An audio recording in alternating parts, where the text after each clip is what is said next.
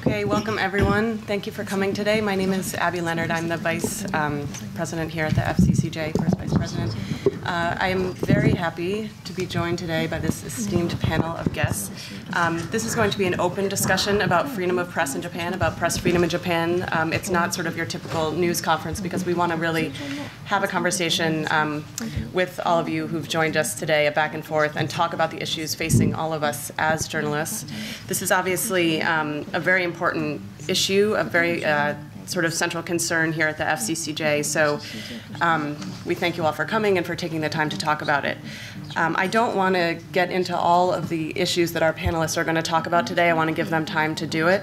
So let me just introduce them, and then one by one they're going to give a statement, and then I'm going to open the floor to questions, but also discussion, as I said. So right to my right is Mr. Pio D'Amelia. Sorry for butchering the Italian. He's the East Asia correspondent for Sky TG24. Then we have Mr. Jun Hori, who's CEO of 8-Bit News. And after that, we have, of course, Cédric Alviani, the East Asia Bureau Director of Reporters Without Borders. We're very happy to have him here with us today, and he was part of the reason that we're having this event at all. Then we have Yasuo Ohnuki, former NHK Europe Director General and President of Free Press Association of Japan. And Hiroyuki Ida, the deputy editor of the Shukan Kinyobi. So we're going to start today with Cédric Alviani, the East Asia Bureau Chief of Reporters Without Borders. Thank you. Thank you very much. Well, I would like to briefly introduce Reporters Without Borders. This is an association that was created in Paris in 1985, so we will soon be a 35 years old organization. It's totally independent from the French authorities and from any other organization. We are mostly funded by a project that is called 100 Photos for Press Freedom, in which we make a photo album for which very famous photographers give the copyright. And this album has become like a bestseller in Europe. We, of course, also have private donations and sometimes some government-related programs, but I insist that RSF is a totally independent association. We defend press freedom, freedom of information, because it is absolutely necessary for democracy. It is absolutely necessary for the rule of law. It is absolutely necessary for the defense of human rights.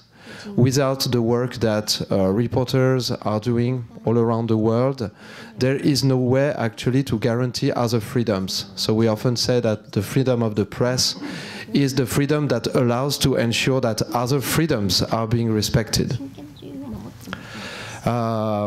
We have different kinds of activities, including assistance, like emergency assistance. We provide bulletproof vests and helmets to journalists going to war zones. We have negotiated an insurance that covers them when they go to places where insurances wouldn't want to cover. We have an observatory position at the UN, UNESCO, Council of Europe, and French-speaking organization Francophonie, where we advocate to improve the situation of press freedom.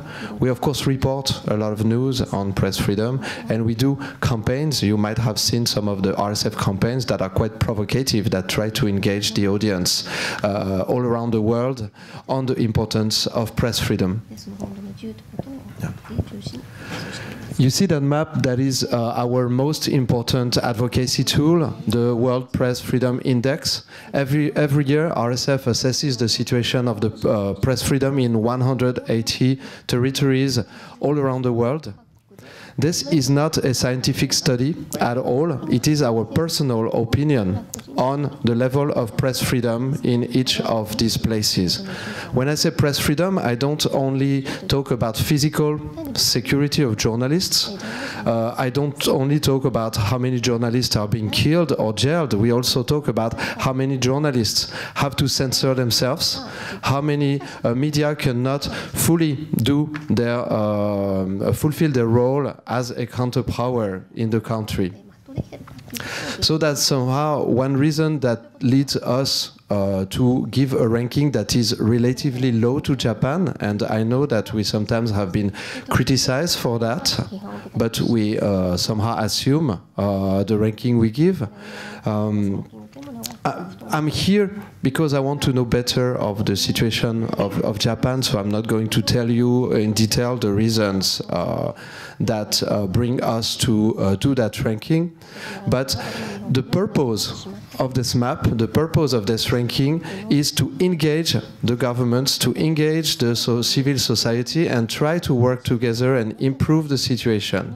So I would say that we hope that we can bring a certain level of pressure on the authorities all around the world to improve the situation of press freedom.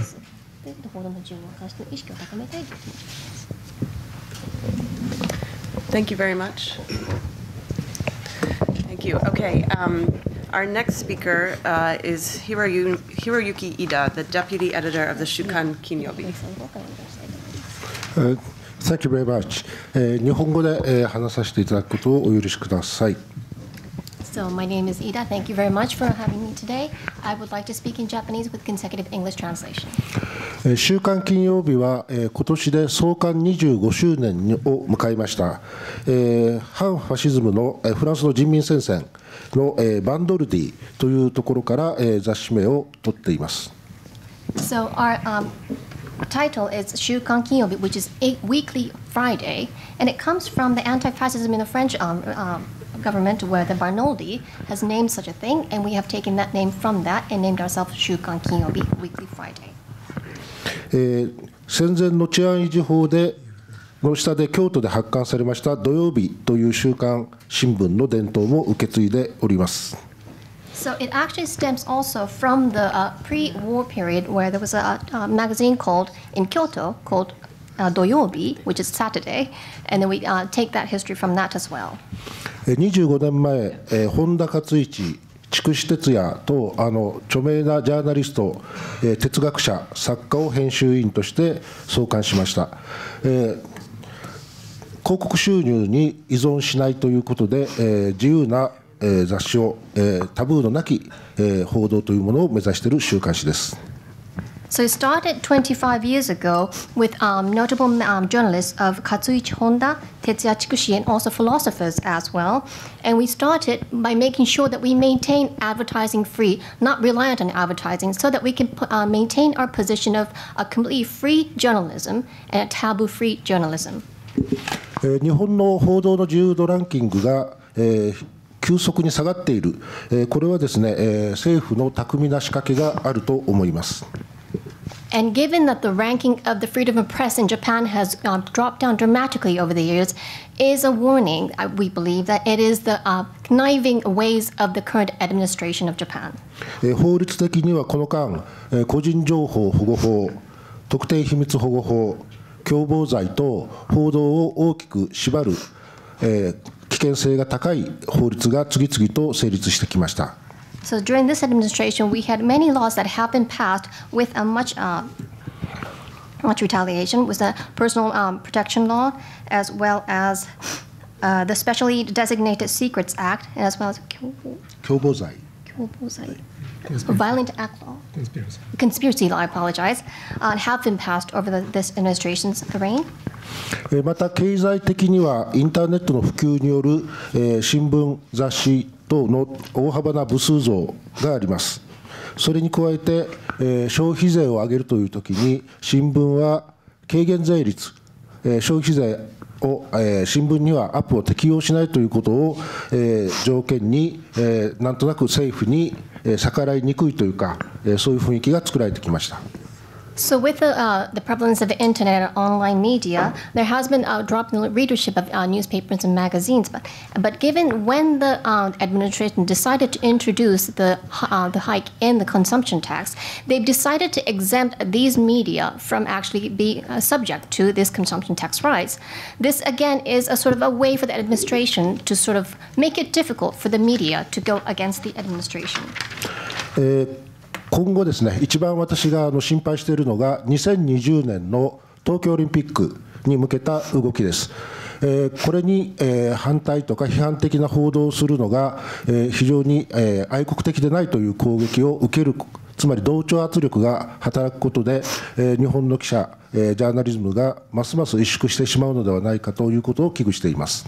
One of my greatest concerns at this moment is our I guess the media coverage towards the 2020 Olympics.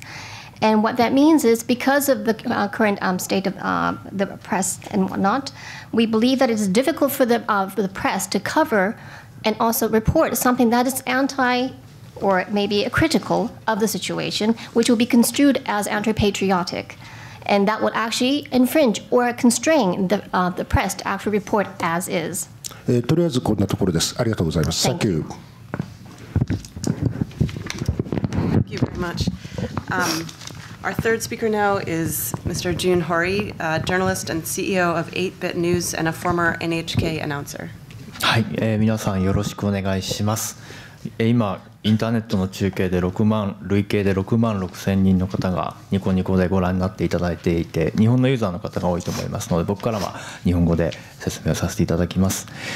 僕は5年前までそうですか。ベンジャミンさんありがとうございます。So thank you very much. My name is Hori, and I believe there are 66,000 viewers on the other side watching us through the internet, and there are many of them are Japanese viewers, so allow me to speak in Japanese. 僕は5年前に NHK を辞めました。それまでは12年間、ニュースキャスター、ニュースリポーターとして、報道番組に関わっていました。僕が関わってきた番組は新番組ばかりです。ニュースウォッチ9という番組、夜の9時の報道番組の立ち上げ、そして経済ニュースのビズスポという番組の立ち上げ、そして NHK で新しく始めた日本のジレンマという討論番組の立ち上げに関わっています。So 5 years ago, I've left NHK, but until then, for 12 years, I was at NHK as a newscaster, news reporter. And during that time, I was involved in many of the news coverages. For example, the new programs, particularly with the News Watch 9, and also the launch of the Bid Sports program, and also a debate program called NHK Nippon... Dilemma. Nippon's Dilemma. 特に東日本大震災や原発の事故があってからは非常に政治的なテーマとニュースの内容をすり合わせていかなくてはいけないような局面も出てきて、僕にとっては随分不自由だなと感じることが増えました。And since the East Japan earthquake and also the nuclear incidents that followed, it became more difficult as a journalist to make sure that what we cover in the news has to sort of be in line with the political themes and agendas during that time. 特に原子力の政策に関しては、僕が最後経済ニュースの担当だったということもあって、経済部のスタンスとやはり現場の被災者の取材を続けてきた僕の立場では大きく違っていました。Particularly, this was true for the nuclear policy that was part of the administration, because during that time I was part of the economics department and covering the economics news. And our position as our department within NHK was different from that of the victims of these nuclear incidents. でそのコミュニケーションを取りながら議論を戦わせながら番組をしていたんですが、あまりにも不自由だと感じることが多かったので、僕は自分の SNS のアカウントも立ち上げて、そして NPO のニュースメディアも NHK 職員として、プライベートで立ち上げて運営するようになりました。But it became more and more constricting for us to really tell the news as what it was. I decided to actually start an SNS account on my own and start to talk about what I feel is important to be reported as a news. Also, I launched an NPO while I was at NHK and really covered the news that was important for me. ただ組織の人間にとって自由に発言をするというのは管理をする側にとってみると非常に面倒くさい存在だったと思います。But belonging to an organization as such, I think the organization felt that I was sort of a pain. In other words, I was looked upon as somebody who was sort of the black sheep of the group. 政治的な圧力があったかどうかは分かりません。社内の忖度だったかもしれません。ただ僕自身はなかなか社内で自由に発言を報道でしていく機会が制限されていきましたので、思い切って外の世界に飛び出したということです。There wasn't an official pressure per se, but it might have been sort of like the common, I guess, consensus that they came to. But it became more and more that I find it difficult for me to express my opinions, express my position in a way that I saw fit. Hence the reason for me to become independent. 今僕自身は2つのニュースサイトを運営しています。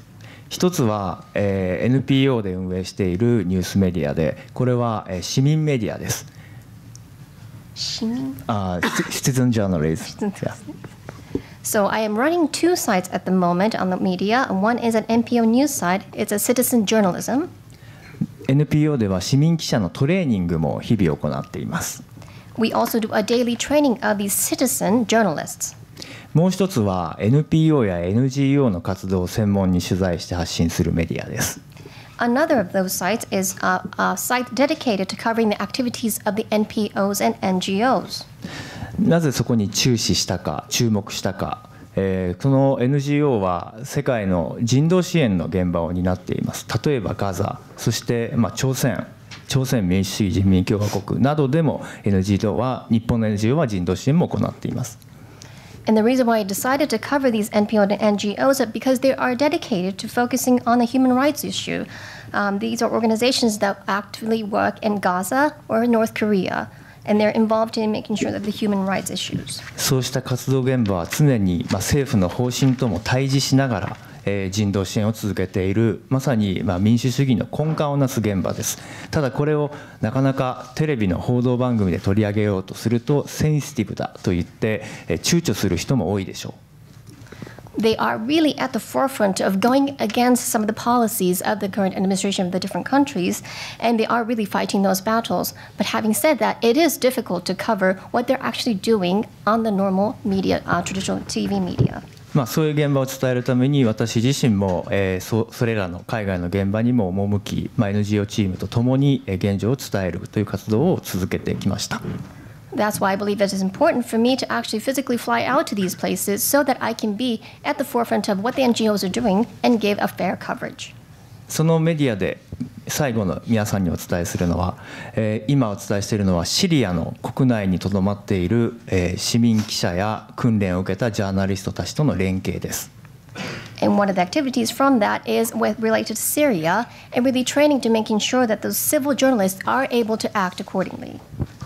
安田純平さんが無事に帰ってきてくれました。本当に嬉しかったです。ところが日本国内のテレビメディアで取り上げている話題は自己責任論ばかりで、肝心のシリアに関しての人道支援の話はほとんど報道していません。It was amazing, and it was such a relief that Junpei Yasuda safely came back to Japan and Japanese soil. But unfortunately, during that time, the TV media coverage did not cover the importance of the human rights issues and activities that was engaged by these NGOs and NPOs. But it was about criticizing Junpei Yasuda of not taking the responsibility as a journalist. しかも安田純平さんが拘束されていたシリアのイドリブ県は世界最大の人道危機と直面している地域です。それにしても日本のメディアは沈黙している。これを変えたい。そうしたことから取材を継続して発信を続けています。Area that Mr. Yasuda's working, it was literally I guess the pinnacle of where there was a lot of violation of human rights, and it was important that this part had to be covered, but unfortunately it was not.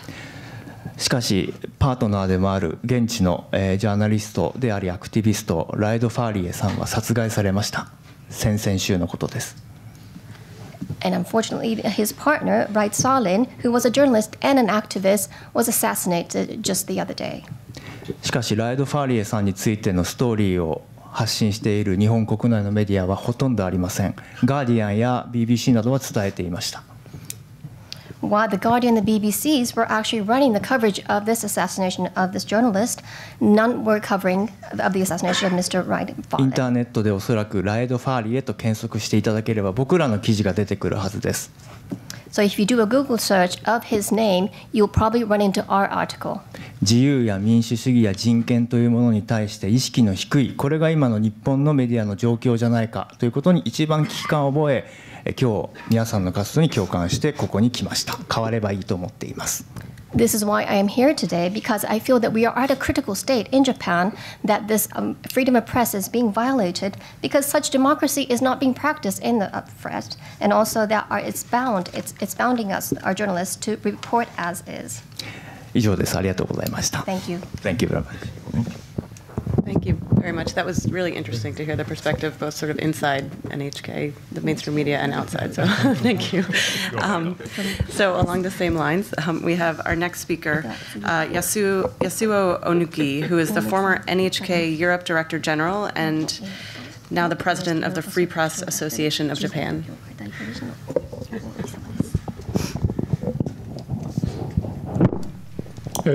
私はその批判を受けた NHK にたまたま、ヨーロッパのオペレーションの中心を務めたものなんですけどちょっと私の現場に沿った経験を日本の人たちでは多分聞いたことない視点からちょっと述べてみたいと思います。それでおそらく逆にアメリカの記者たちとかあるいはヨーロッパの記者たちから見ると当たり前っていうこと、そういうことがいくつか私がアメリカヨーロッパ駐在時代に体験したということから述べていきたいと思います。その80年代から90年代にかけて、アメリカに駐在していた時ですね、広く何度も言われましたのはですね、日本は世界で唯一経済に成功した社会主義国家だったんです。つまり官僚、党官僚要するに官僚ですね。それでね、いろいろ話しますとね、日本はね、日本の常識は世界の非常識だという、いろいろなことを言われました。それで私がごめんなさいね。はい。So thank you. I'm following Hori-san, and I actually was part of the NHK organization, and I was a director general of that European division. And instead of taking my position as an NHK director general, I'd like to give you my insight into what I found out during my years of being appointed in the posts in the U.S. and Europe. And it was during the 80s and 90s, this is what I've experienced. And during that time, we were told oftentimes that Japan was the only country that was a socialist country that was successful economically, achieved the success, economic success as a socialist country. And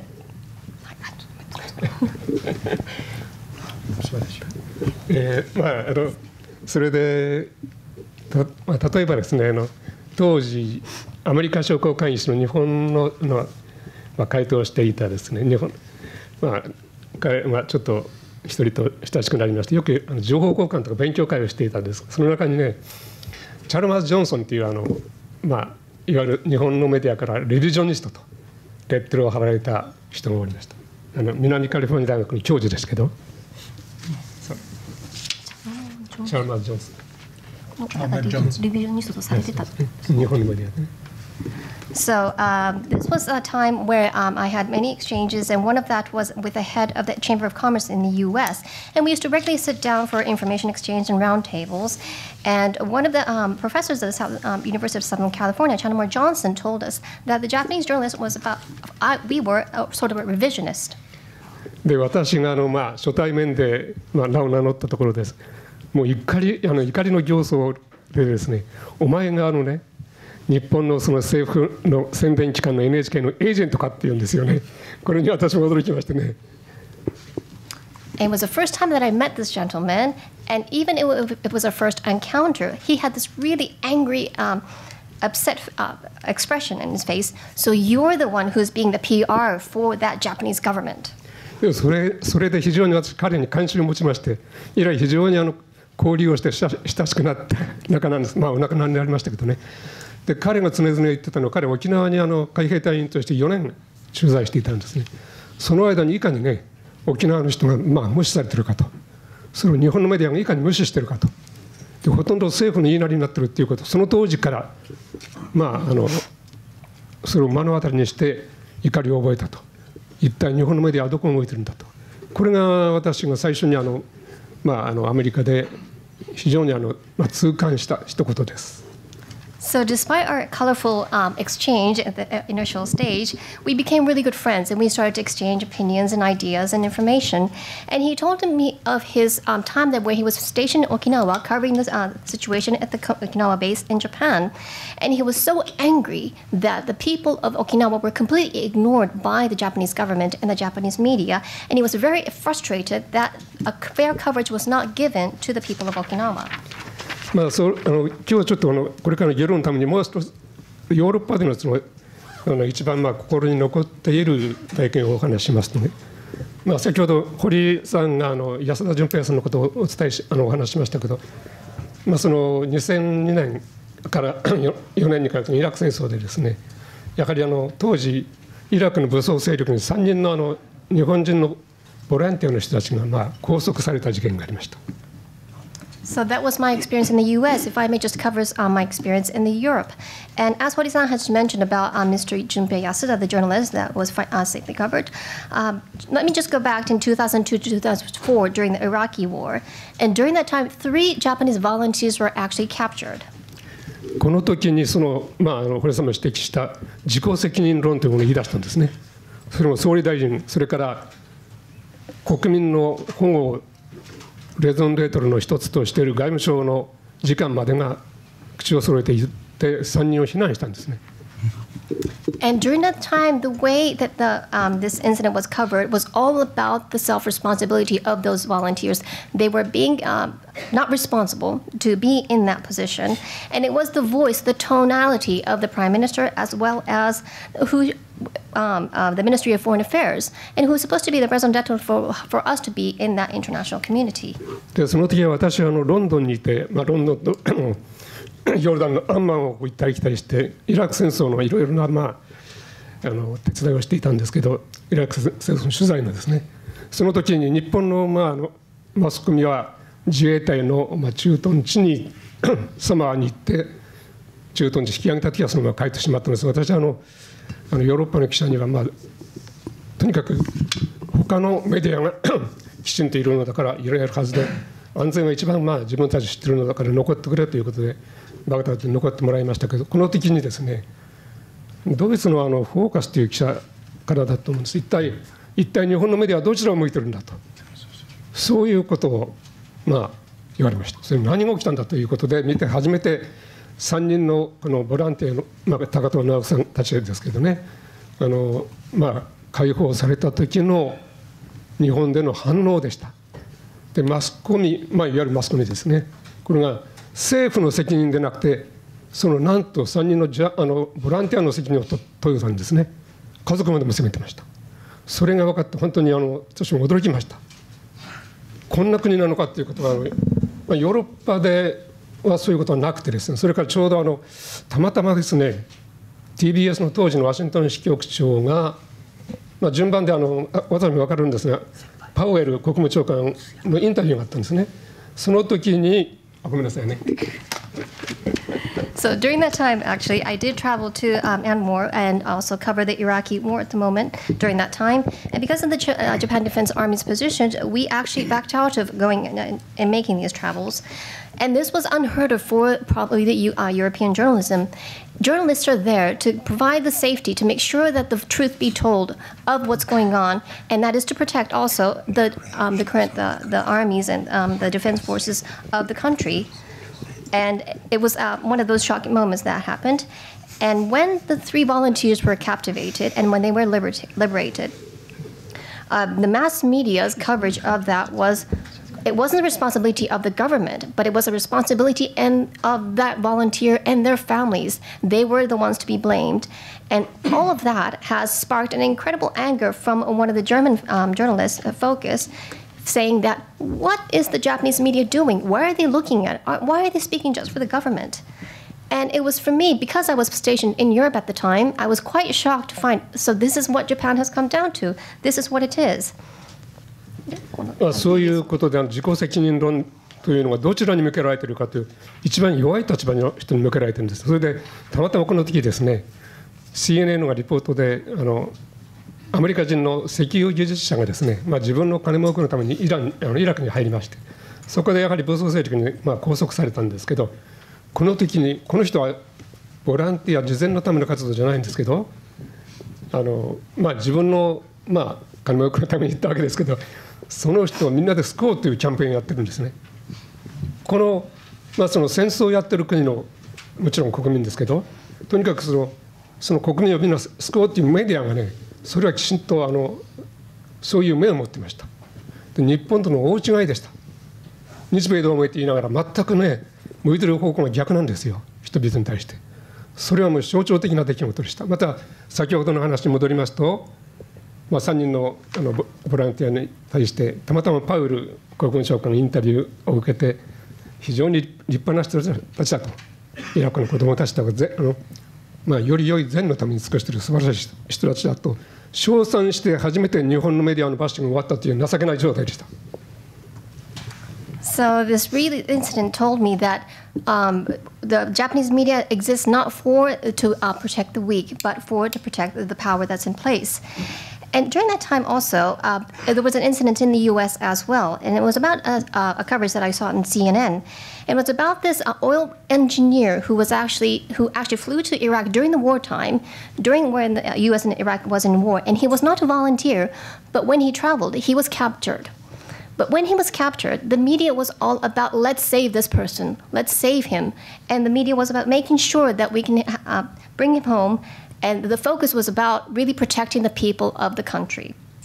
And this was a startling and also a symbolic two incidents that told me, despite having this U.S.-Japan treaty, these two countries, the media, are looking at a completely different directions.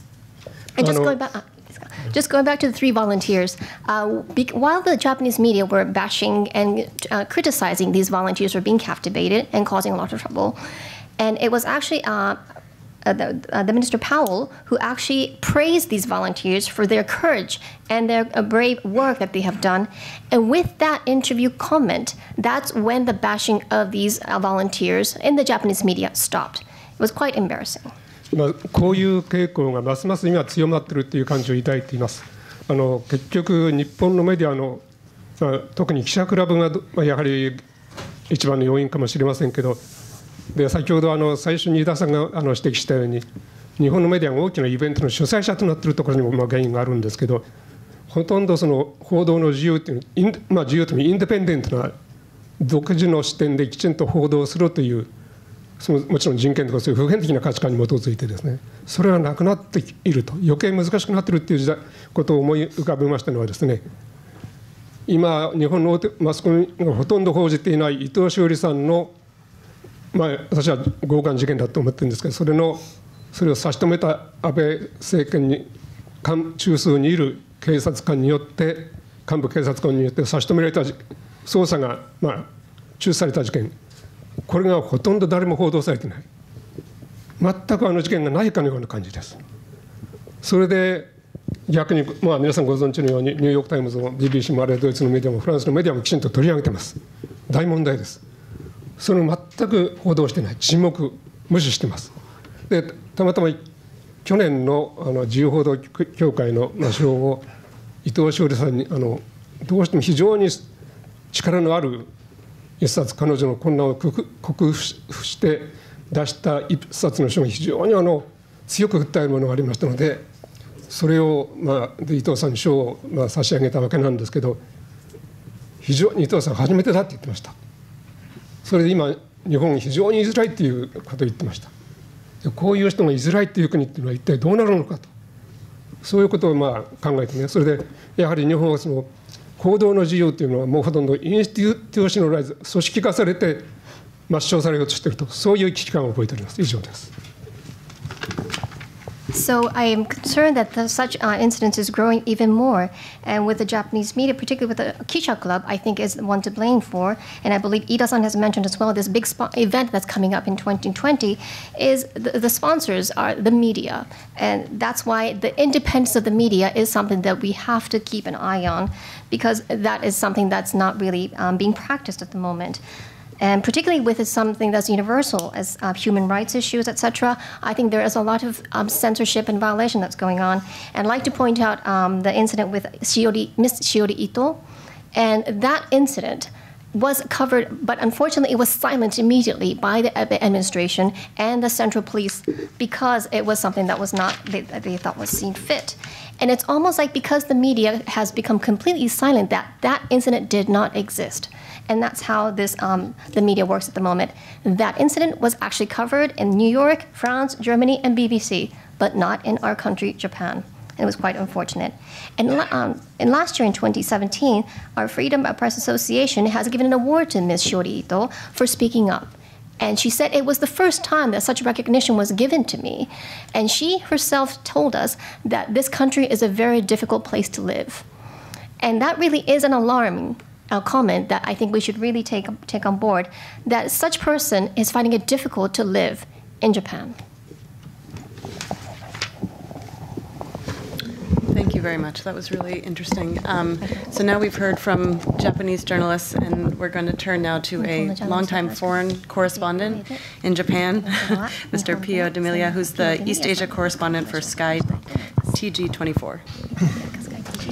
Thank you.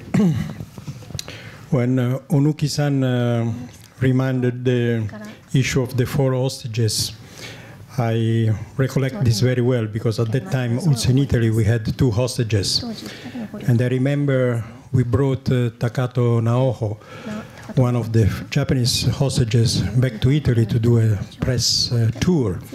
And she was really, really envious of the fact that our 2 hostages were given a very warm welcome by the government and by the press, and they became kind of heroes instead of Murahachibu, like it happened here in Japan. Anyway, my name is Pio D'Amelia, and yes, I have been around a long time, almost 40 years, and that is why I'm happy to share some experiences that I have acquired on the field. First, as a freelancer for many years for a very small and combative newspaper in Manifesto, and then more recently for a so-called mainstream big TV corporation. I believe that we should go into details. Since we're talking about freedom of the press, we're talking about the fact that Japan has been dropped from the, I believe, 27 or 28 rank until 67 now, which is something that happened even to my country. I mean, even Italy now is, I think, 46 or 47. Certainly it's not like Switzerland or Sweden. So people, when they read this, they say, wow, I mean, how can that be? In Japan and in Italy, they don't kill journalists. They don't torture them. They don't arrest them. They may be threatened sometimes, but why should be so long? Well, you don't have to kill, arrest, or torture journalists to keep them subdued. There are many others and more efficient ways of subduing the power of the press and the courage of the journalist. I'm sure that we have time later on to analyze some of those that happens in Japan and in other countries like mine. But first, I would like to mention that as a journalist, we should be a little bit self-criticizing ourselves. It is not proper, especially in countries where violence is not, boryoku is not put on by the governments. We should think about ourselves. How do we approach news gathering, and how do we actually exercise our duty and right to report? As many of us, I should hope everybody, knows, in Japan it's not very easy to collect informations. There are many technical, logistical, and so-called cultural obstacles. We have the Kishakaiken, the press conference. We have the closed shop, like the Kisha Club, the press clubs. I believe that there are still more than 800 around. Can you imagine 800 Kisha Club? And I'm not talking about the foreign ministry or nuclear plants or police departments. I'm talking even about the sumo association. I'm talking about small association around the country where basically you cannot enter and report if you are not officially a member of this Kisha Club. I've been personally involved when I was in the board of the FCCJ in the 90s in direct consultations with first Nihon Shimbun Kyokai, Association of Publishers, and then with some Japanese authorities, including the Gaimsho. But after a few months of negotiation, we all realized that it was a meaningless fight. Meaningless fight because in this country there is not a war from the government to the foreign journalist, at least not an open one. There is more a war between local journalists and us. And this is, let me be very blunt about this, very frank, it's rather disgusting. Journalists should be united in their job. While here sometimes the journalists themselves, at least those of the mainstream media, are fighting the battle to keep the closed shop. I believe 25 years have passed now from when, I think David was his name, Blatz or something, David Butts, yes? Yes, he was the bureau chief of Bloomberg, I think. I was already around here, it was 1993 or 4, something like that. And he made news because after waiting so many months for having access to the Kabutocho Kisha Club, the stock exchange, he decided to do it, I would say, the American way. Or, he started to punch at the door, and he entered the room to the surprise of all officials, but especially of the colleagues of the Nikkei, of the NHK, of the Sankei. They were the one who did not want him to have a desk and a phone booth and to receive at the same time the releases in a field that is not my field, but I'm sure you understand that in that field, in that sector, to have the news at the right moment, exactly like all the others, is very important. It's business. It's not only freedom of information. I myself sometimes forced in. I don't want to recount all these personal adventures, but I did, and I succeeded too. Once you insist and you really want the story and you show up your press card, by the way, it's a suggestion to all colleagues. Don't mind too much with the Gaimsho press card. Get this one. This is much more important. Of course, you can't get this if you are not registered with the Gaimsho, but once you have this, things are much easier. This is the Kokkai, to enter the parliament. But actually, this works much more than the foreign ministry press card. Even if you go to the Koban in Okayama. Am I right? It's a matter of insisting, of behaving and knowing, having consciousness of your rights and of your duties. Once we have that in a in a era where we can access the media directly, this press conference is broadcasted, I'm seeing here, live by us and by Nico Nico, and so. What hampers us journalists to write and do what we are supposed to do? So I would not concentrate only on the responsibilities of the governments, but as an old journalist who has been covering even some delicate issues abroad, I would like to suggest to stimulate young colleagues to be braver, like our friend here, to quit a newspaper if he's not happy about the way things are done, and go on the battlefield. It's not impossible right now.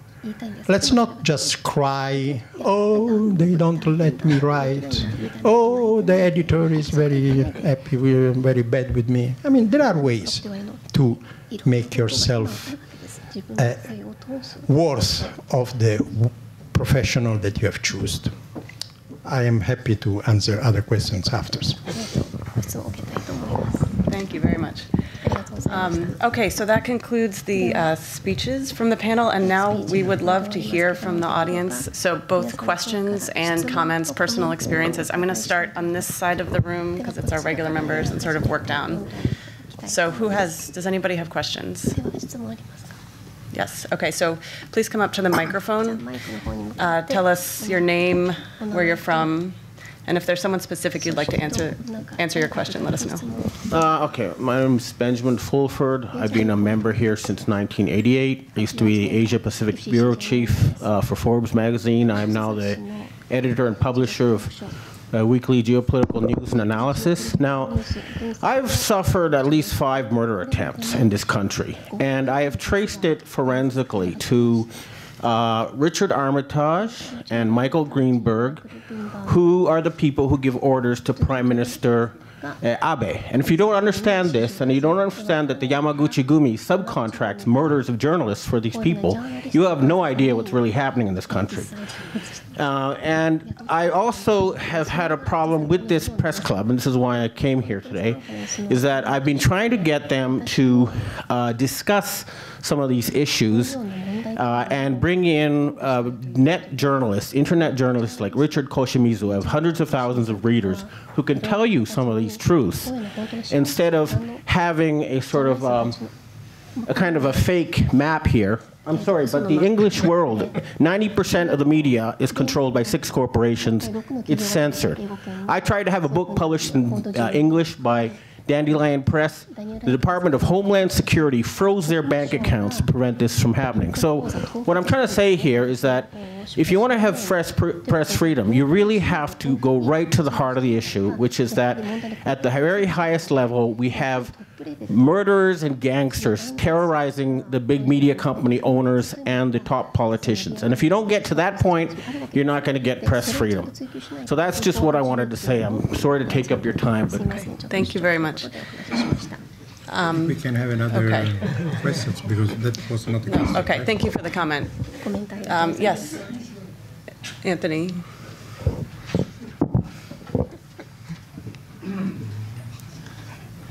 Anthony Rowley, Singapore Press, Business Times, etc. I'm certainly not complacent about press freedom, but I gave a talk recently at Meiji Daigaku Gakuin about freedom of speech and freedom of the press. And when I mentioned Japan's very low ranking by reporters without borders, I was asked, why is it so low? And frankly, I couldn't really give them a good answer. I said I thought it had something to do with the Designated Secrets Act, access to information and so on. But I wonder whether Reporters Without Borders is not being too gloomy, almost crying wolf, if you like. In other words, by giving Japan such a low ranking, when things do get really bad, what are you going to do? You're going to drop it to number 455, you know. Excuse me. I've been in journalism for more than 50 years, and I've worked in numerous Asian countries. I haven't actually been arrested myself. I've had colleagues arrested in my presence. I've been harassed. I've been followed. I've had my phone tapped, and so on. I was chief judge of a journalism competition for a number of years, in which some really horrific stories about developing countries in Asia and the real repression that journalists face there really were really heartbreaking. So the question basically is really, why do you give Japan this ranking, and is it really wise? Thank you. That's an excellent question, and I'm sorry it might take me a few minutes to answer fully. Yeah. The first thing, yet I mentioned it very briefly earlier, is that we do not assess only the violence against journalists, but we assess the global atmosphere, the global system that allows journalists or not to do their work of a counterpower. There are some northern countries, I'm sorry I forgot which one, in which a media owner would never engage in any other business ownership. Unfortunately, in France it's not the case, in the US it's not the case, in Japan it's not the case. So there are examples of freedom of media that is much higher simply because they do not have that type of pressure. So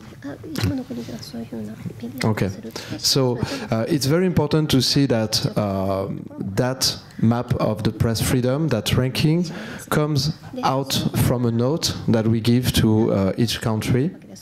We have a criteria like editorial freedom of journalists, like media ownership, like of course the level of violence, like the regulation, the lawsuits against journalists, that allows us to give a note. This note is being ponderated with the result of a questionnaire which we send to a certain number of journalists and specialists all around the world. That's mostly in order to make sure we don't make a mistake, but I would say that this map is the result of an editorial decision from RSF on each country. We follow the situation in every country, and we believe we have a proper understanding on how easy or difficult it is for the media to be a counterpower. We sometimes may make mistakes, it happens, which we correct in the next edition. There is also a problem that the world currently is sinking. The press freedom all around the world is going really bad. And because the ranking is from 1 to 180, it's kind of piling down, and we do not know how to do because we might need to downgrade most countries recently. So there are some automatic movements sometimes of countries going up just because some other countries go bad. So of course it is a tool that is made, I would say, of goodwill, but that can be perfected year after year. This is not a finality. We are not scholars. We do not want to make study on press freedom worldwide. We are activists. We want to, at least if we can, contribute to change the situation. So this map is a way for us to engage debates like the one today, engage with the civil society, engage with the governments, and sometimes shame the governments, and this might be efficient. In the case of Japan, Japan is one of the biggest democracies in the world. Japan, if I don't mistake, is the third economic power in the world. Japan is a very important country in Asia, and it should set an example. It should be an example. It should have the freest press in the region. It should have perfect working conditions for journalists. We can expect this from Japan. So it is normal that somehow our ranking on Japan might be harsher than it could be to a country that blatantly, obviously violates press freedom because, yes, they do it.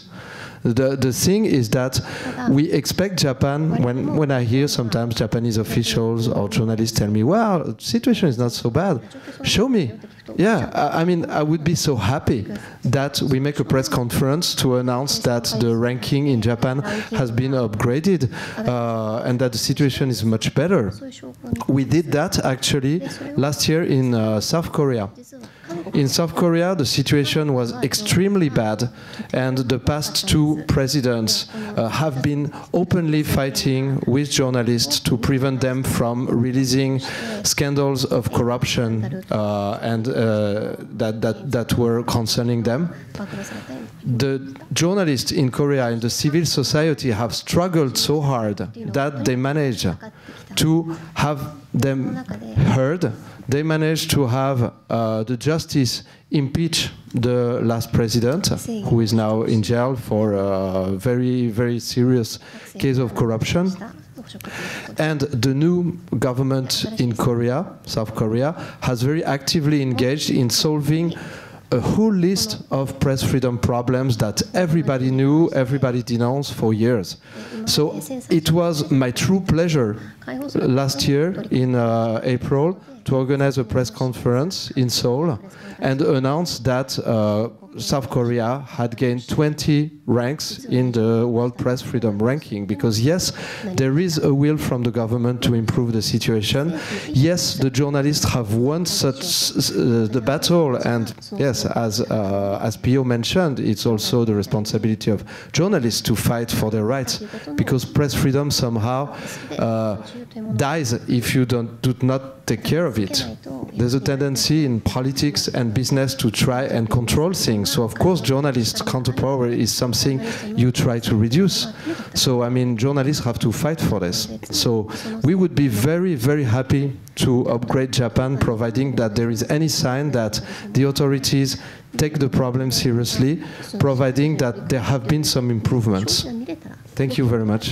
Thank you. And I would just like to throw that question to some of our journalist colleagues who are up here to ask them more specifically about their experiences. You spoke in your remarks about things like feeling pressure to cover the Tokyo Olympics in a certain way, or the silencing of Shiori Ito.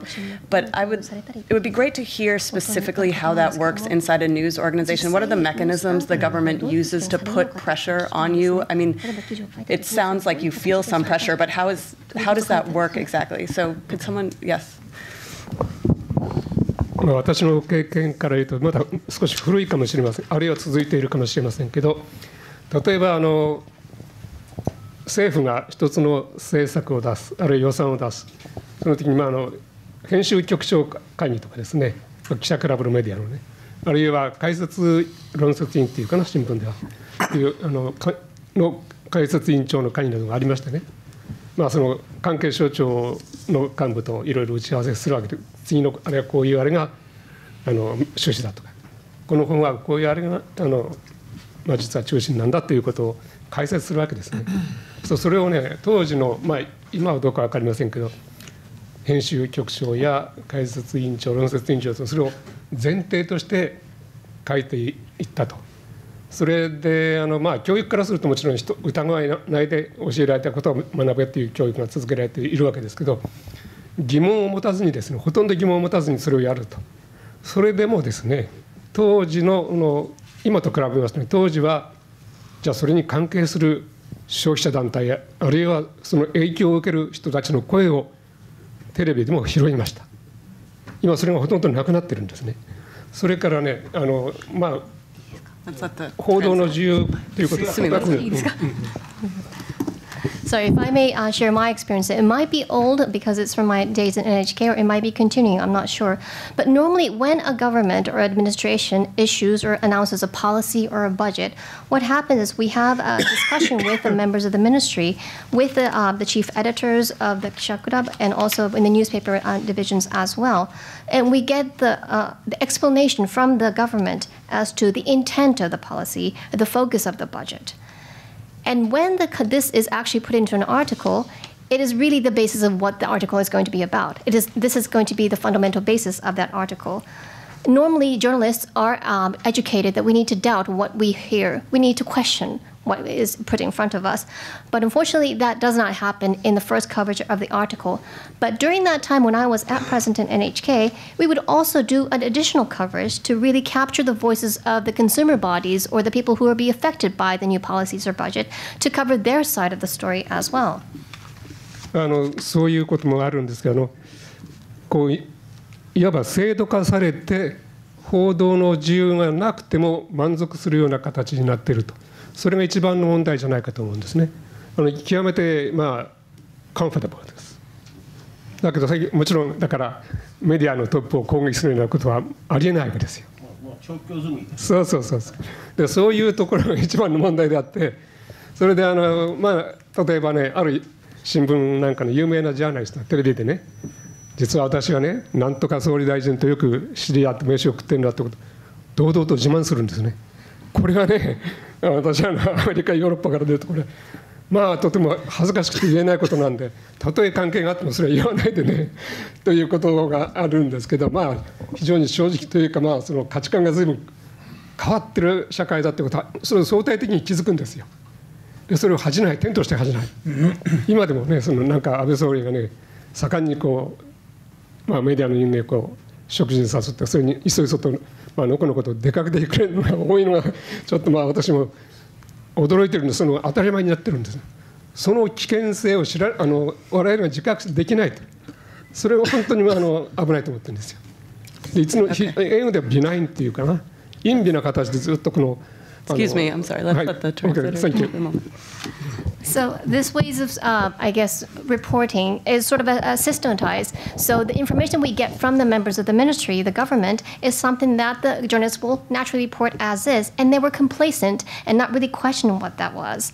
And so it was obviously difficult for them to actually criticize the tops of the media. But having said that, there are more other incidents that are quite embarrassing in my view, and I think a lot of our journalist colleagues. Sometimes a famous journalist would be on TV and be boasting about how they were wined and dined by the Abe government or the Prime Minister Abe and their close relationship with the central government or Mr. Abe himself. Such boasting is something that I believe the American or the European journalists will find it quite embarrassing. How can you actually talk about that as your close relationship with the central government, where you need to be on the critical side? But the fact that he is not embarrassed about it and to be boasting about it is something that is quite alarming. And Prime Minister Abe also talks about how he wines and dines other media as well. And I think that's, people say that it's sort of a benign way of the government to influence. And I believe that's going on, and it is something that the journalists have to be aware of and to be thinking about how critical and how invasive that is in terms of journalistic freedom. そういう点で報道の自由のそのランキングでね、なかなかカテゴリーに合わないと思うんですよ。でその中でのやはりいろんな要素を加えるとどうしてもね、日本の報道はちょっともう相当おかしくなってるなっていうことが気づくんですけど、この分析をまたなかなかしない。やはり我々よく私NHK 時代によく今でも話してるんですけど、歴史をきちんと遡ってみると、それから世界の中で比較してみると、その中の2つが交差する座標軸で日本はどこにあるかと、この問題はどうなっているかということを見るということを進めているんですが、それと同時に普遍的な価値観というのは、一頃安倍政権がね、法の支配とか民主主義共通の価値観に基づいて言ってますけど、全く逆のことをやってることをほとんど報道できない、そこがやはり問題でしてね。でこんなことやってますとね、政府の言うことだけを報道したらこれ決して報道ではなくて単なる宣伝なんですね。ですから自殺行為になるということを自覚してもらいたいなと思ってるんですね、メディアの自殺行為ね。So again, another point I'd like to make is that the Japanese journalism weak on analysis. And what I always tell my NHK colleagues is that we always have to look back in history, the facts of the history that we have passed, and also look at where we are in terms of the global map as well, and see where Japan is. And we need to be critical, analytical about this. But unfortunately, this does not happen. And at the end of the day, although the administration talks about the universal values, importance of law, and the common values, he does something quite opposite. And we need to be critical as journalists to be covering that, but unfortunately, this does not happen. And unfortunately, at this time, a lot of the journalists are becoming the PR department for the central government. Thank you. Yes, please. なぜここまで日本で報道の自由度が低いというランキングが毎回出ていくか、僕はこれはいつも思っているんですが、メディアと、見る人、いわゆる私たち国民は共犯関係にあると思っています。So why are we so low in our ranking? And I feel this is something that's really quite troubling. But I believe the media and the viewers are accomplices. 例えば先ほど言ったガザやそしてシリア・イドリブ県からは日本に向けて、現地の住民の皆さんが日本語のプラカードなどを持って知ってほしいとか震災の時には追悼のメッセージを出したりしてくれているんですけどそういうことを知っている日本人は僕は帰国していろいろ聞いていますけども本当にごくわずかです。So, for example, the situation in Gaza and Syria, because the people on the ground, the civil journalists, want the Japanese people to know about what's going on, they have these Japanese written cards and communicating to the people. But unfortunately, many of the Japanese people do not know about this. And it's the same. They were sending messages when the earthquake hit us. They were sending messages of sorrow and of well wishes. Again, the Japanese people did not know about this. 僕は41ですが自分がここまで育ってきた中で一番教育を受けたのは一流の消費者になるための教育を受けたなと思っています。So I'm age 41 and I think the best education or I guess the most important or the greatest education I had would be that I become the top consumer or like the top end consumer.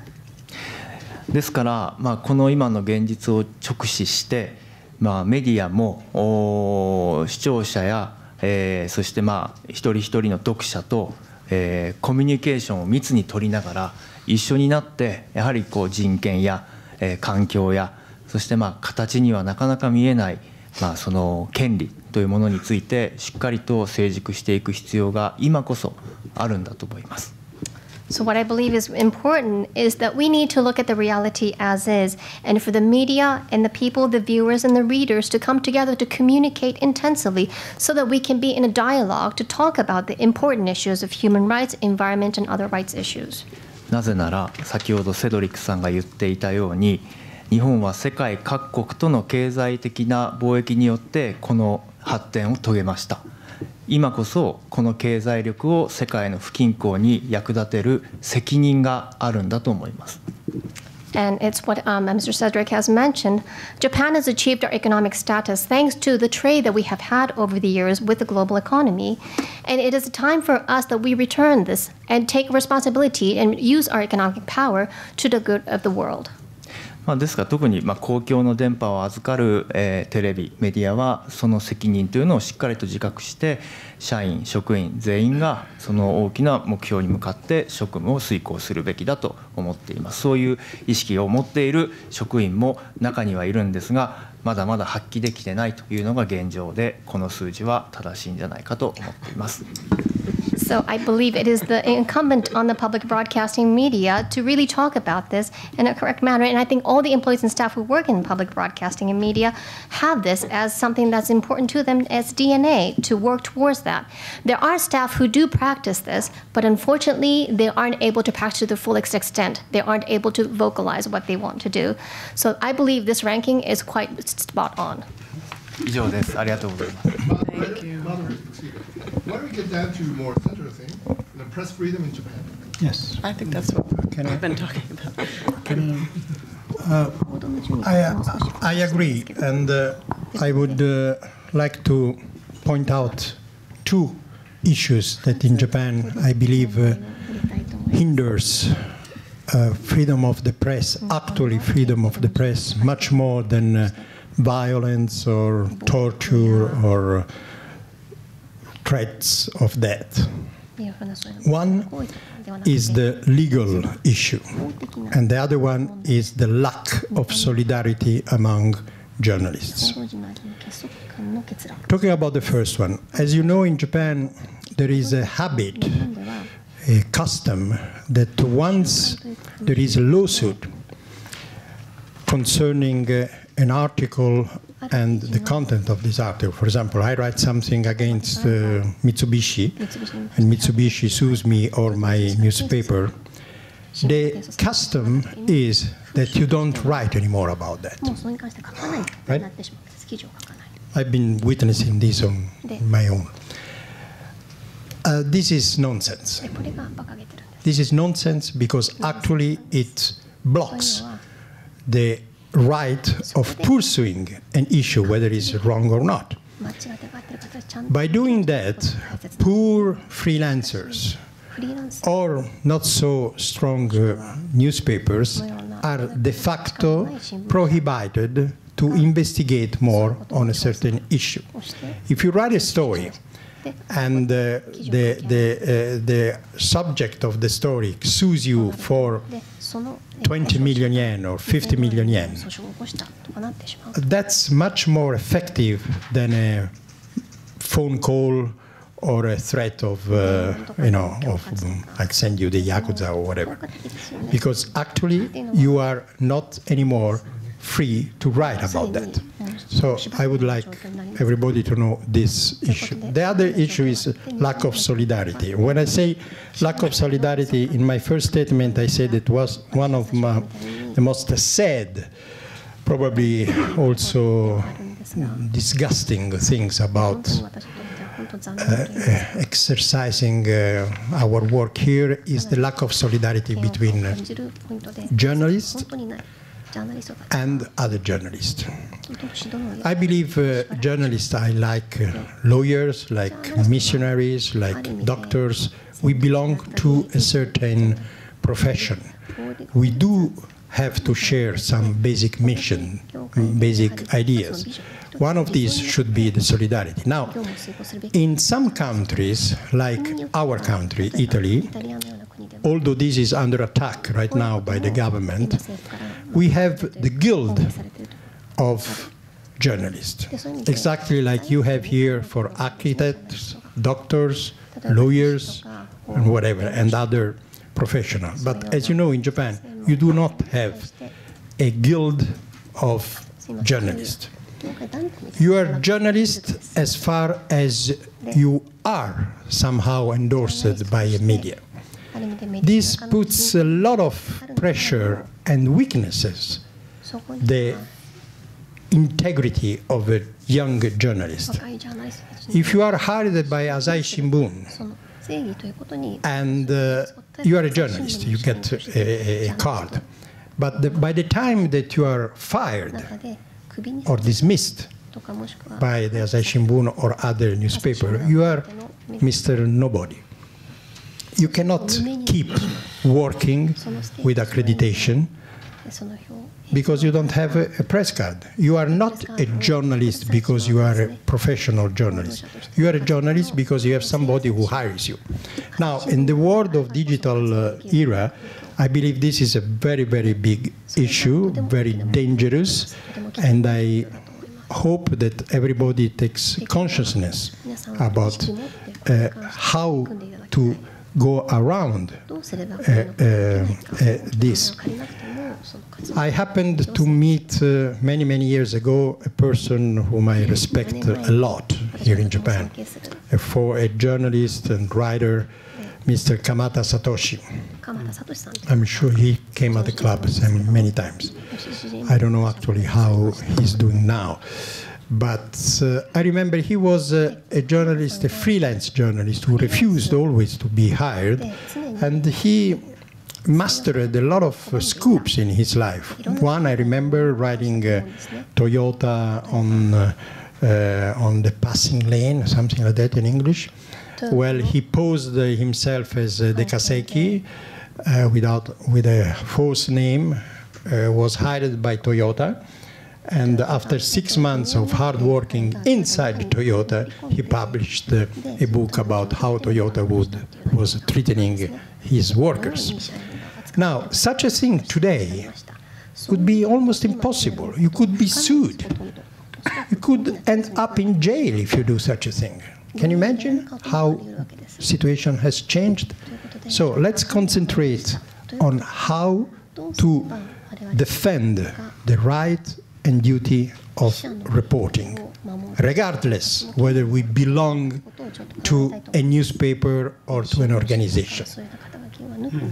Thank you. Thank you. Okay. Yes.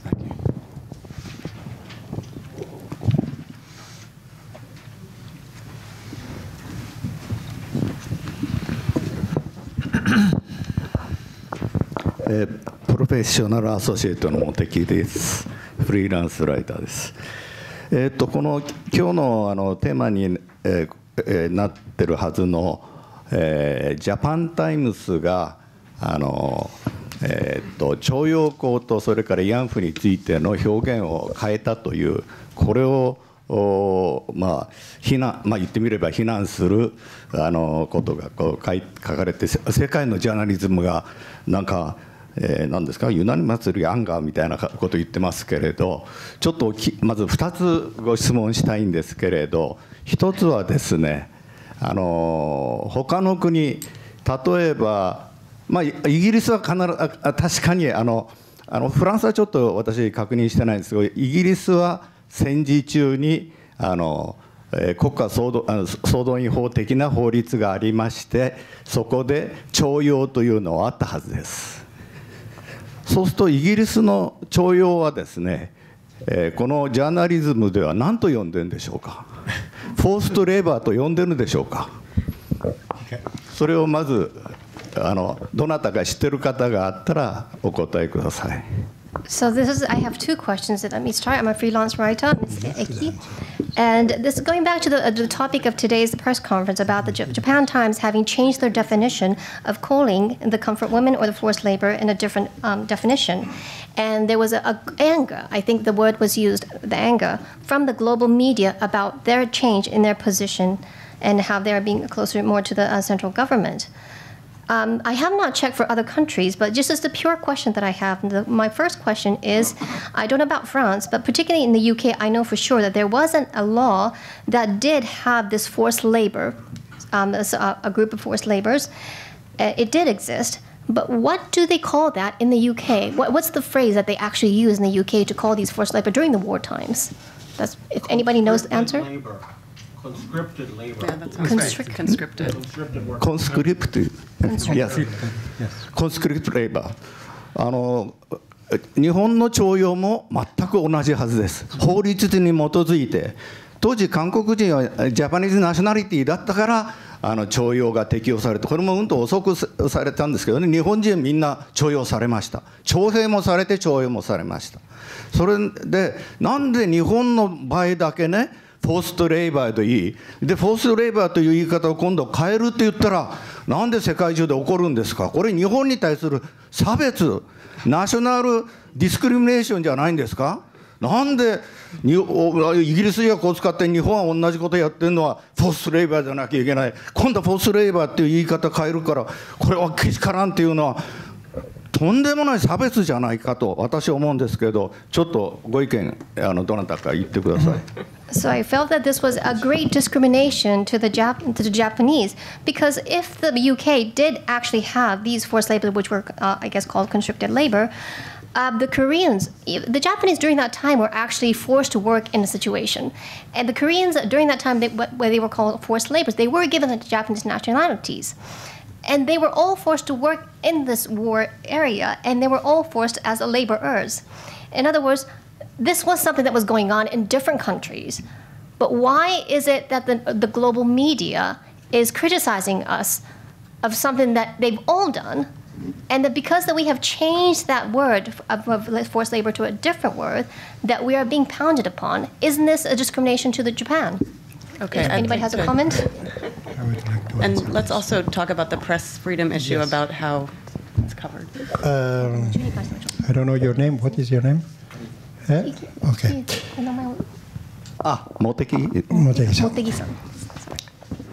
First of all, we have been following this Japan Times issue very closely, even the second editorial. In my opinion, I believe that the very fact that a newspaper, whether it's the Japan Times or the Asahi Shimbun or NHK, decides compulsively impose one or another word to be used by his employees, it's bad. Basically, yes. By law. Yes. It's by law. So well, that's not by law. Sorry. To all national Japanese national. That's wrong. Sorry. I'm not talking about law. I'm not talking about law. I'm talking about the fact that against Japan. Let me finish, please. Okay? I'm talking about an editor that sends out a notice to his journalists and say, from now on, you cannot use the word forced labor, you must use whatever other word. This is, from the very beginning, an attack to freedom of expression. Much more serious because it's done against journalists. Now, let me finish, because I'm not taking your things for granted. As forced labor, in Italy we use forced labor for prisoners, it doesn't make, let's not be hypocritical about conscripted, forced. In the case of Korea, let me just remind you that the invasion and occupation of Korea was not a legal action by Japan. That's why, I'm sorry, that's history. That's history. That's history, and I'm not taking any revisionism from you. Yeah, freedom of speech. Okay, freedom of speech and freedom of knowledge of history. Okay?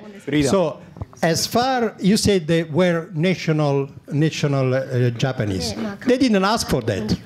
You imposed them to become national of Japan. So in that case, it was forced labor. Okay. Thank you.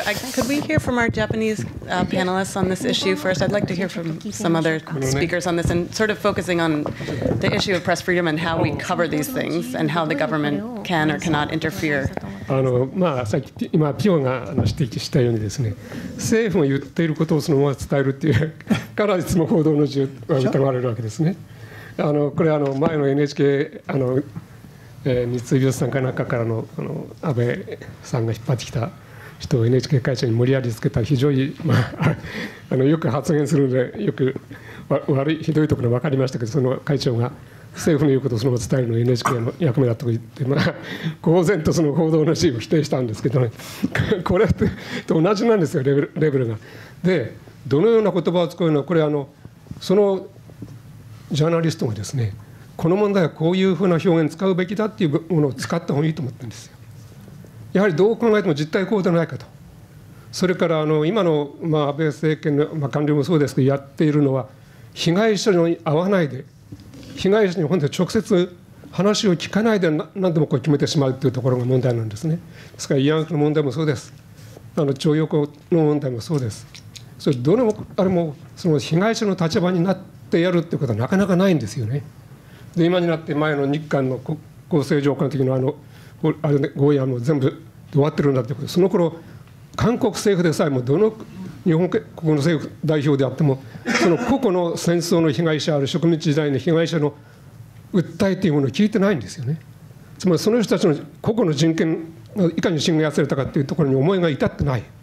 そのままの法律の国際法で決まったからもう終わりだと言ってもこれは納得しないんですよね。で被害を受けた人も納得しない限り本当の解決はないんですよね。それを無視していると、それを政府がこうしたからこうだっていうふうにメディアがそのまま報道することが問題だと私は思ってるんですよ。ちょっと議論が違う方に行っちゃったんで、私2つ質問があるってもう一つ。ごめんなさい。And I think this is something that has happened NHK as well.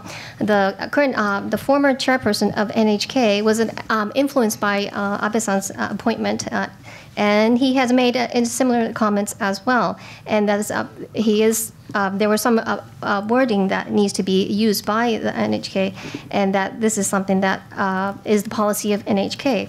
But the problem that I want to point out is that it doesn't matter what the wording is. It's about the governments to address what the victims have gone through. It's about meeting them and talking to them and what they have gone through to bring that into light. Those victims' positions were not actually being put on light. And this can be said not just for the Japanese government, but for the Korean government as well. Although they have said that the administrations have been defined and that agreement has been reached under the international law, both governments have failed to talk to these victims and see what they have gone through, and have failed to understand what will be a satisfactory ending of that. And because it was the media who did not cover this aspect of the government's failing to really talk to the victims to see what's actually going on, instead of, yes, this international law has been defined and it has been complete, that is what I think is a problem. It is the journalists, it's incumbent of them to report that whole incident. Thank you. And I know there are more questions. I just want to let Cédric address this quickly. Excuse me, sir. I'm sorry, but we heard your question. I want to allow the speakers to respond. So just one moment, please. I just would like to bring one little precision. I heard Mr. Moteki mention about freedom of expression. We're not talking about freedom of expression. We're talking about freedom of information. It sounds very similar in English, and I myself often mistake. But freedom of expression cannot be 100%. I mean, cannot be total. Hitler was calling on killing the Jews. Was it his freedom of expression? Hate speech, hate to minorities, is that freedom of expression? There is a limit to freedom of expression, which is the respect of other human beings, which is the respect of other cultures, and it cannot be 100%. Freedom of information should be 100%, is the freedom for journalists, for persons to research verified information and independently broadcast this information to help the citizen to make their own opinion. This is totally different, so we must be extremely careful. Donald Trump uses all the time his freedom of expression to insult journalists. In the Philippines, Mr. Duterte does the same. But then when a journalist is being killed, who is responsible? That's a question we must ask. So we must be very careful that freedom of expression does not equal freedom of information. Thank you. Okay, we do need to get to other questions. Thank you for yours. It was very interesting. And I would like this man behind you to... I'm sorry, we'll have to... No, I'm sorry, we can't. One question each. Thank you very much, though. That was obviously produced a lot of debate, so thank you. Ken Joseph, WND. As one who wrote a column for the Japan Times for 12 years, I can tell you that every week was a battle. So that's not something all that new. But there's an interesting thing that I think has happened, and it is essentially a generational change in Japan. The previous two generations previously, they had gone through the war, and they had suffered the inability to write freely. So they passed it on to the next generation. This is the third generation. And for some reason, they've lost the ability to consider being a journalist as something you fight for. For example, I was in Samawa. All the Japanese journalists there, without even being asked to, agreed to censorship. And I stood up in the meeting and I said, well, this is a foreign country. How can you afford censorship? Not one of the journalists from all of the media had understood that they were in a foreign country and they couldn't be forced to censor. I was in Iraq before the war, during Saddam, after the war. And each time, what profoundly hit me was a lack of courage among journalists that look at it now as more of a job than a profession that you fight for. And finally, what's significant about here is if you look through the history, the only history of a generally free press has been the English language media. If you look historically, the Japan Times was started by Americans, the Japan Advertiser, the Japan News was started by Americans. There was 6 English language papers that essentially guaranteed the freedom of the press. And finally, just one small issue. It's kind of the canary in the mine, but there's a group of people that I'm part of them, putting out just a simple badge of people that want to protect the Constitution. And so far, it was started by Rukusuke, but 220 journalists, and other than Tokyo Shimbun, nobody can write about people supporting the Constitution anymore. It's a very interesting. Initially, they say yes. Then it goes back to the desk and it's always canceled. So the canary in the mine is whether you're free to write about the Constitution or not. And finally, as you saw today, when you speak too much, racism is brought up, and that causes the objective press to pull back. So that's a huge problem when you try to stick up for freedom of the press. Anyway, thank you for the rating because it's done significant to bring the issue to the fore. Thank you. Ida-san, would you like to speak? Yeah. Yes. 先ほどの要するに、日本の記者たちが戦わないっていうのは、おっしゃる通りで、一つは教育の問題があると思います。大学の受験の問題。So one of the comments that was made earlier about the Japanese readers about also being responsible for this, I think it comes down to education as well, particularly the entrance exam for universities. 日本の受験システムは長い間教科書を暗記してそれをそのままペーパーに落とすと。で書いた通りをそのまま覚えてそのまま、回答用紙に書くとそういうで高得点を取る人が優遇されてきました。でそういういわゆる、いい大学に行った人をメディア大メディアは採用します。So this Juken system we call the entrance exam system is all about taking a textbook, memorizing everything, and just rewriting that on the paper on the day. And if you're able to write it correctly, you get the high score, you get into the top schools. And these top school graduates are the ones who get hired by the major media. それは霞が関の官僚も同じなんですが、要は自分の頭でしっかり考える、何のために自分が仕事をしているんだ、それはもちろん日本の場合は、日本のそういうメディアの読者、視聴者、それに正しい情報を与える、そのために一生懸命働くと、そういうことが欠落しているんだと思います。And I think that can be said for the central government as well, how they hire these graduates. And it's all about this lack of the importance of you have to think for yourself. Why am I doing this? Why do I need to learn this? Why do I want to talk about this? And for the journalists, they need to understand what they have to do, which is about providing the correct information to the readers. ただですね、大学の受験システムが、間もなくちょっと正確には覚えてないんですけれども、かなり筆記重視にするという方向に、変わると。でこのことによって、いわゆる、自分の頭で考えるという教育がですね、少し広がれば希望はあるのかなというか、そこに希望を持ちたいとも思っております。ありがとうございます。But I forgot what timing, but I believe the Juken system is on the verge of change. In other words, it's not just about regurgitating what you have saw and read, but it's about thinking for yourself and writing your comments, what you thought about that. Such sort of thinking is something that's promoted, and we hope that that will be a change that could bring about in the journalism as well. Thank you. Thank you. So we are supposed to wrap up soon. If people need to go, please feel free. It's 1:30. I'd like to just, it's a really good discussion. It would be great to take at least one more question before we finish. So if anyone has one, but can I see if there's, sorry, just because you already had one, if there's anyone who hasn't asked a question yet or made a comment. There was a fellow in the far corner over there who raised Albert, would you like to have? Well, you are we not obliged. Yeah, we are not threatening you. I kind of gave up raising my hand. It took a while. I know, you were really far away. So my name's Albert Siegel. I'm freelance. And I guess my question is specifically for the Reporters Without Borders about this ranking. You say that at the end of the day, and I just want to make sure I understand correctly your point, is that you say that your rankings are really, you do gather facts, but it's really based more on feeling and opinion as to how you can change a situation as you perceive it to be problematic. Is that, is my understanding correct? It's, I mean, you know, how does this differ, for example, from Freedom House, which actually ranks Japan quite highly in terms of freedom of the press? Where, you know, their system's quite different than yours. Obviously, they don't do it based on activism, as you said. So I don't know if maybe I misunderstood. I just want clarification, that's all.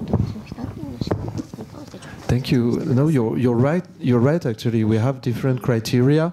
We have a different purpose to do it.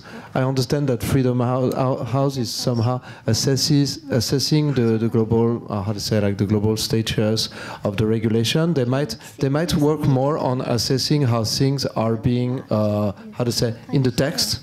how things are being written.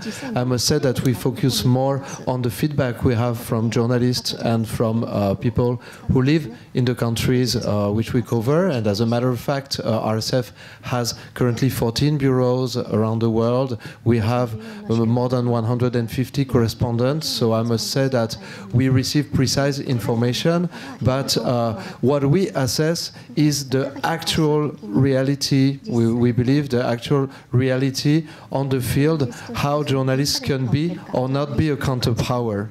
We do not promote and defend press freedom for the sake of press freedom. We defend press freedom because it's an essential tool for democracy, for the rule of law, for the respect of human rights. So we really want to go deep into how does it work in that country. Obviously, and I'm very glad that there was this panel of local specialists who know the situation much better than I do, because you heard a lot of arguments on what are the problems that might not be read. If you read the Constitution, yes, there is freedom of the press. If you read the regulation, there's probably some ways that like protect or guarantee that freedom. But if you see like how it happens when the medias are published, it seems that there are serious problems. And maybe I would like to end that we are in a world where the freedom of the press globally is at stake. Especially China and Russia are very actively trying to promote another concept of journalism outside their borders now in all countries in the world that would have nothing of a counterpower, that would be basically the mouthpiece of the state and the government policies. We do not want this to happen. The problem is that democracies are weak. They are weak because they are open. They give space for everybody to talk, including some propaganda media, including some elements that are obviously against democracy. This is a big problem. There's a growing number of countries that have what we call illiberal democracies. Like in Russia, there's elections, but basically the media only talk positively of one person. We have in Europe Hungary, Poland that are currently reversing the freedom of the press that the people had. So the problem is that in the end, the citizens of these countries are losing any way to impact on what's happening. They do not know what their government is doing. So in the future, their vote will just have no relevance. Same in Turkey, same in more places. So this is a global concern, and this is why, and I will finish with that, we expect Japan to become a better model. Because Japan is a very important country in the world. There's a lot that could be done. There are, of course, internal cultural problems that might take generations to solve. There are some problems that touch the other countries that basically are the democracy's problems, like the influence of business and politics. And there are some problems that we believe the current authorities could be solving if they were working on, but obviously they do not recognize that there is a problem. When you don't recognize the problem, you can't work on solving it. Thank you. Thank you very much. Oh, okay. Just very briefly, because we are running out of time. Thank you. 今日の本来のテーマの日本の報道の自由で、じゃあこれをどうして改善していくかということでちょっとパネリストからもすでに出ましたけど、戦うっていうことですよね。でも別に昔のような覚悟を持って戦うんではなくて、最低でも疑問を呈すると。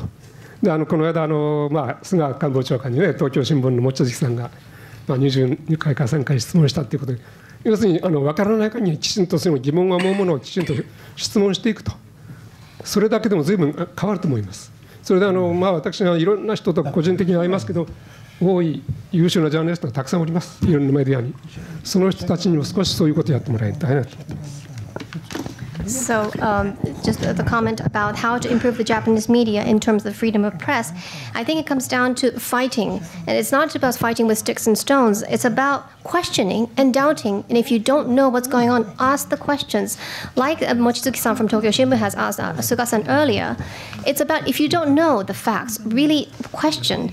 And there are talented journalists who are not doing this, unfortunately, and we want them to stand up and question and doubt and put that difficult questions in front. 先ほどピオさんからですね、名誉毀損裁判訴訟の話が出ました。ここは一つですね、日本の損保会社に頑張っていただきたいと思っています。So, Pio-san has mentioned about some defamation cases, and I believe the insurance companies in Japan can do a better job. そういう雑誌とかフリーの人が加盟して、名誉毀損訴訟、大体スラップが多いんですけれども、それが起こされたときにちゃんと保証している、そういう保険ができるといいなと思っています。So we hope that the insurance companies will come up with a program where the freelancers and all the journalists can be protected, and I believe that's a part that hopefully they can play a part. というのがですね、日本はそもそも損害賠償がかなり抑えられてきました。というのがですね、訴える方はこれは嘘だというだけでいいんですね。でそれは嘘じゃない、これは事実なんだというのが書いた方に説明責任があるわけです、今も。でこれは取材源の取得を含めて極めてハードルが高いですので、今までそういう裁判の損害賠償費用が低かったんです。And unfortunately, in Japan, the law states that if you actually start a lawsuit, and if the other party say that it's a lie, it's incumbent on the person who makes a lawsuit to say that this is a fact. It is upon them to establish the facts. And unfortunately, that has been restricting some of the cases of defamation to date. 今もう億単位の訴訟が普通になってきまして、1000万を超える損害賠償が認められるケースも出てきました。こうなるとですね、やはりそれはですね、嘘であるというだけで勝ってしまうんじゃなくて、嘘である証明を訴えた方がする必要が出てくるんじゃないでしょうか。But there has been recently increasing cases where there has been cases in 100 millions, and there are cases that have been signed for the tens of millions as well. So we believe that it's important for the law to actually come in to play a part, to say it is also the responsibility of the to establish that it is a lie, instead of the person who is actually suing to say that it is not a lie. So it is it's incumbent on both parties to establish that it's a lie or it is not a lie. またですね、アメリカで結構普及しているようにスラップ防止法、これは嫌がらせ訴訟であると認めたらその時点で訴えを退けると、そういう法的な仕組みも必要になってくると思います。ありがとうございます。And I believe it is also important that, like it's done in the United States, the slap prevention law, if it's something that's being defamation for the sake of being a harassment, then that should be there and then, and we should have a law as such as well in Japan. Thank you. Thank you very much. Okay, I think that's a great place to close. I really appreciate all of our speakers being here today. Let's give them a round of applause for being here. Thank you. And a special thanks to Pio for helping to organize all of this. And we would like to, Pio's already a member, but the rest of you offer a one-year honorary membership to the club. So we would love to see you back. Thank you again for coming today. Thank you.